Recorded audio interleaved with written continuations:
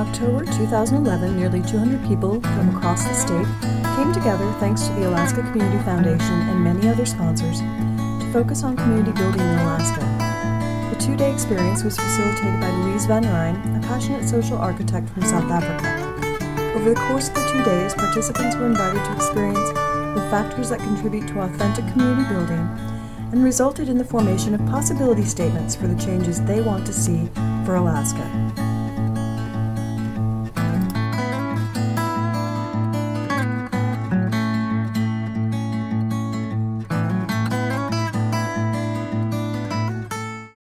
We've been talking a little bit about the 6 conversations of community. So what Peter Block, so the story behind this is that Peter Block was an organizational development consultant for just about all his life. And then he got a bit bored with organizations, and one day was invited to be in a group of people who cared about community, and he realized that this is a much more interesting group of people to spend his time with, and so he started to get interested in civil engagement and citizenship and community, and realized that there are some conversations that build community and some conversations that are just not powerful and in some ways destroy community. And so he became interested in how can we structure gatherings that will help us to focus on the conversations, or help us have the conversations that build community rather than destroy community. And specifically, if we take it seriously, this idea that we change the world one room and one conversation at a time, and the idea that all transformation is linguistic, then it matters what we talk about. And so he came up with this idea of 6 conversations, and he juxtaposed these 6 conversations against the traditional conversation. So the first conversation is the conversation of invitation, which is different from the mandate conversation. So the conversation of invitation enables the space for you to say, no, I don't want to do that. And so when we invite people into a community conversation, we always want to make it an invitation rather than mandate. People have to be able to say no.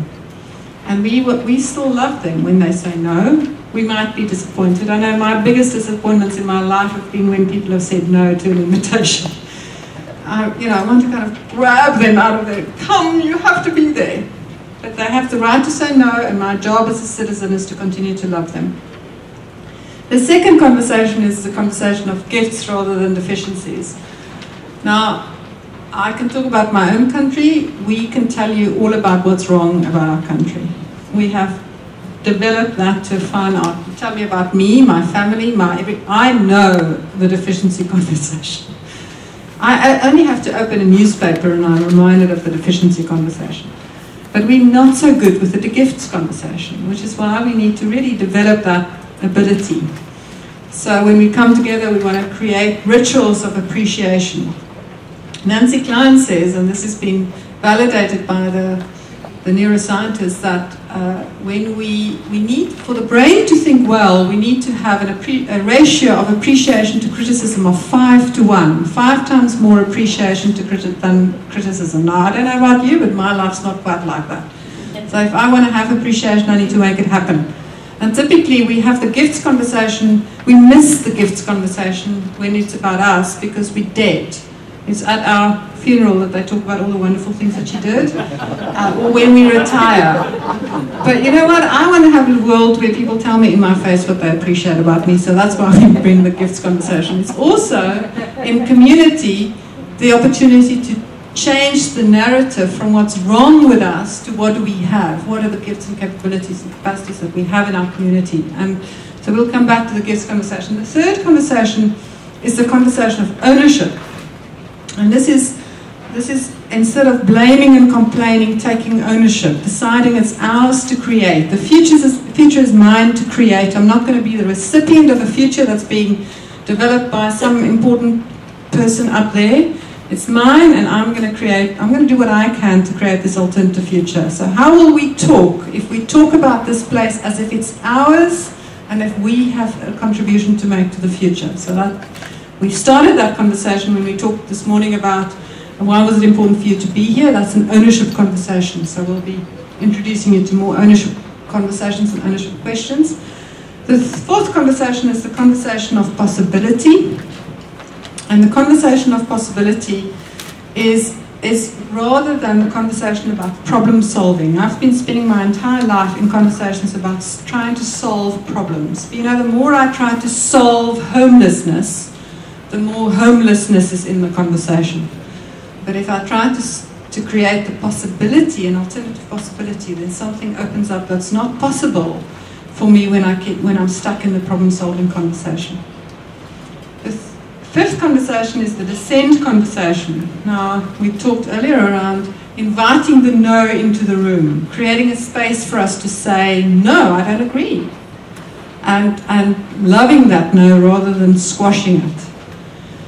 And then the sixth conversation is the conversation of commitment rather than barter. This is the conversation, this is the promise I'm willing to make without any expectation of return, is the commitment conversation. So these 6 conversations are the conversations that build community, rather than the kind of, you know, the world that we normally live in, which is where we talk about deficiencies and problem solving, and we kind of beat people up and we mandate it, and we then tell them that they're wrong because they didn't show up. And, you know, I don't want to live that world anymore. I want to live in a world where we are accepting that citizens have the capacity to change an alternative future when they are invited to bring their gifts and contribution to the party.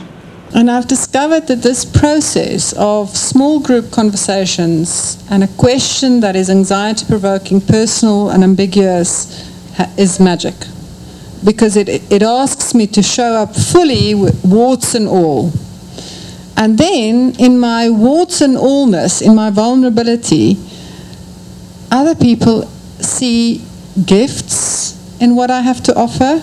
I mean, that's so countercultural. You know, when I got trained as a consultant, I was sent on consulting training course, and I was told how to keep my distance and how to look clever and how to wear, what colors to wear, and, you know, all that stuff.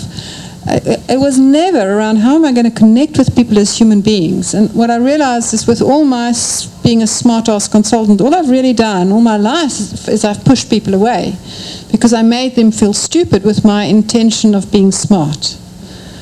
But when I show up as a vulnerable human being, not as a CEO of some big organization, and I'm just here because I'm, you know, another human being, something opens up for us that is not possible in our normal lives, because in our normal, you know, outside of this room, we're so aware of all the people with power and all the roles and and what's expected of me and how do I, you know, the norms and the cultural and all that stuff. And what if we could just break through that stuff? What if we could reclaim humanity? What if we could look at what do human beings need in order to flourish? This is what human beings need. Human beings need spaces that are welcoming. They need to have the opportunity to be seen and heard and loved. They need to be listened to. They have to have voices heard. They need unconditional regard, beautiful attention being paid. You know, very different from Texas, but we shared very similar kind of upbringings and some of the challenges. And it was really interesting to see that, even though I was from a huge, large city, pretty much across the nation, that we did share a lot of those similarities, and it really got us to be those leaders and those well-respected individuals in our community who can actually bring back and give to our communities because we have experienced those trials and tribulations. So that was very interesting. Did you know you're going to come here to this workshop to find out someone from Texas who shared similarities with you? No. All over the world, there's little groups of people like this who are getting together and talking about community, talking about what kind of future that we can build for our children. And this, to me, is where change really does occur.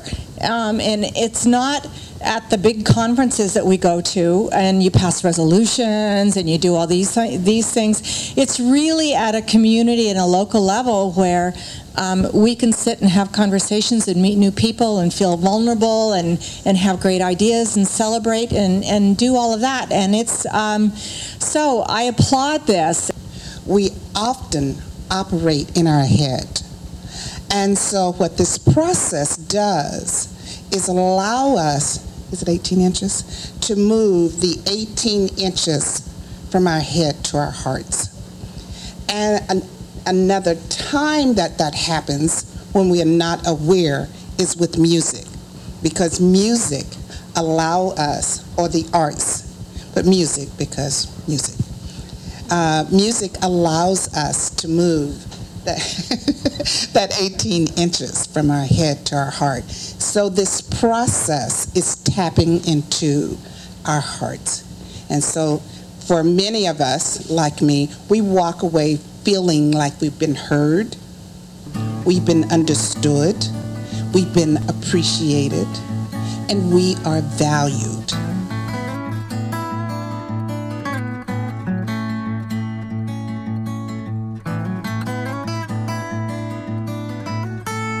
I want to be clear that having a 2-day session for this work is an absolute privilege, and it's a miracle, and it doesn't happen all that often. We've had 11 of these in South Africa, but as far as I know, they've not happened anywhere else. Now we've had 11 in South Africa and 1 in Alaska.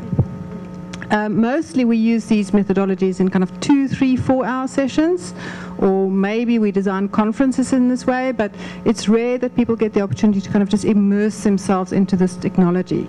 So, I mean, it's just a real joy to be able to bring that, you know, comfort with discomfort is what I think we need to develop.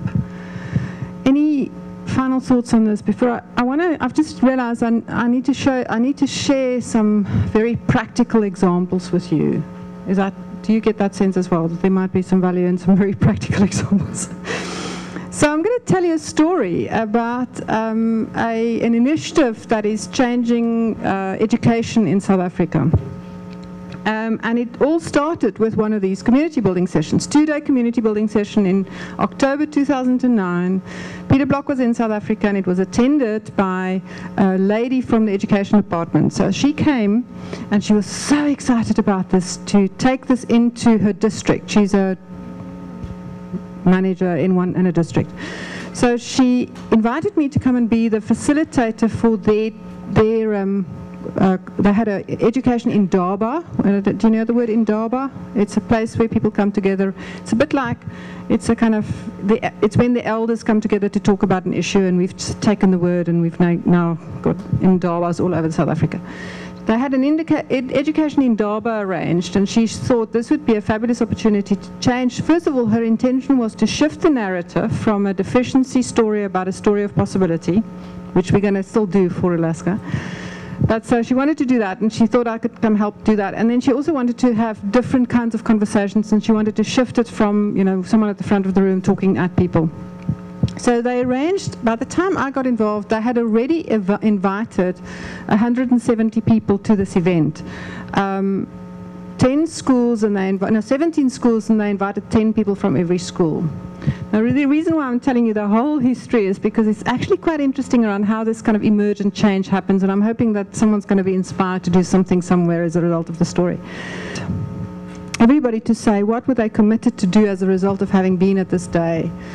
And it got to the woman who's the IT teacher, and she said, I know I'm not supposed to have another wish, but I want to tell you about my first aid room. It's grotty and horrible, and we need new paint, and we need new linen, and we just need, I need help to freshen up this room, she said to the group. And then the microphone went around, and about 4 people later, there's a man who said, I just want to say I've got 18 cans of white paint in my garage, and I'd like to give my 18 cans of white paint to that lady who wants to have the room freshened up. And then the microphone continued, and then a few people later there's a man who said, I'm a painter and I have time this Saturday, and I'd love to come and use the 18 cans of white. I mean, that's one story. There are hundreds of stories like that. What we discovered is when we start to open up the conversation, the school becomes a magnet for the gifts and contribution from the people around the school. And so on the Monday morning, there were some Muslim ladies in the room who very rarely during the day spoke. They were kind of very quiet. I got a call from Ridwan on Monday morning. He said, you won't believe it. These 3 Muslim ladies arrived, and they came to clean the windows for all the foundation phase classrooms, because when they walked around the school they realized that the windows really need a proper clean, and they're here to come and clean them. And then another man walked up and he said, I didn't realize that my child's in a classroom with 40 kids, and I'd like to be here every day for an hour because I want to be the classroom assistant. So that became, so we thought, wow, there's something here. So then we dreamt up this idea of a leadership development program. We started to have conversations with the principals, and Redwan, my partner, said to me, you know what I love most about my relationship with you is that I know you're learning as much from me as I'm learning from you. So this is the first thing that happened. It kind of started to change the way in which people, at the school then, Redwan started to, every time he would call a meeting, the room would be set up like this, and he wouldn't start any meeting without having a conversation between the parents and the teachers, between all the stakeholders of a conversation. So what is it why is it important for us to be here today? That question is the question that he always asks. Or what are the crossroads that you face, or, you know.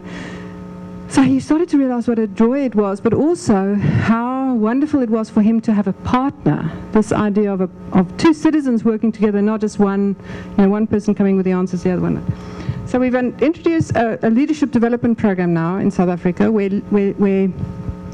business leaders partner with school principals, and then they have a job, and the job that they have is to get the community mobilized around the schools. So these two people go on 5 days of training together. They do this 2-day course, and then they do 2 other things. And the stories, what we're seeing is one example of just one of the principals phoned me last week. He said they went to a meeting with all the principals in the district, and they walked in, and this was supposedly a conversation between the district and the principals. And there were, unfortunately for the district, a whole bunch of people we call them principals for possibilities. So these principals were in the room. And then Andre Pretorius stood up and he said to the district, the head of district, he said, Eugene, I thought you invited us for a conversation. Now this room is not set up for a conversation. This room is a room that is where there's a ruler and a bunch of consumers. Can we change the room for a conversation? So they moved the whole room around and he said, the other thing I'm concerned about is there's just one person whose voice is amplified, and that's yours. If you really want us to be part of the conversation, we need amplification for all of our. He then said, and I'm concerned about the fact that we didn't get connected before we started to do this work, because we know that in order for us to do great work together, we first need to be connected as human beings. And there are hundreds of those stories of these principals just kind of standing up and leading their communities in a completely different way. What is the possibility that you are on this planet to help make happen? I am the possibility of a South Africa where every citizen reclaims, or where citizens reclaim responsibility for raising our children. That's my possibility. That's the reason why I'm on the planet. And since I've discovered that, it's given me kind of a reason to get out of bed every day. And my dream for you, every one of you, is that you discover what the reason is, that you are on the planet. What is the possibility that you are here to create? And it's not one for this whole group. It will be one for every one of you. I am the possibility to ignite Alaska's possibilities. I'm the possibility of art being the soul of Alaska. I'm the possibility of children being at the center of all decisions.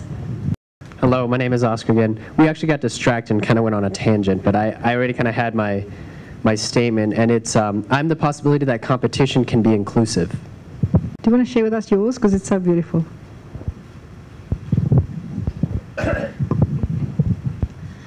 I'm the possibility of spontaneous generosity.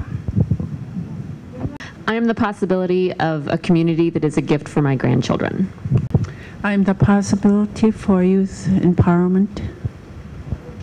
I'm Don. I'm the possibility of encouraging artists to actively help develop public policy. I am the possibility for different generations to understand one another. I'm the possibility of holistic life expression. I'm the possibility of laughter and healing. I'm Jane. I'm the possibility of building joyful communities.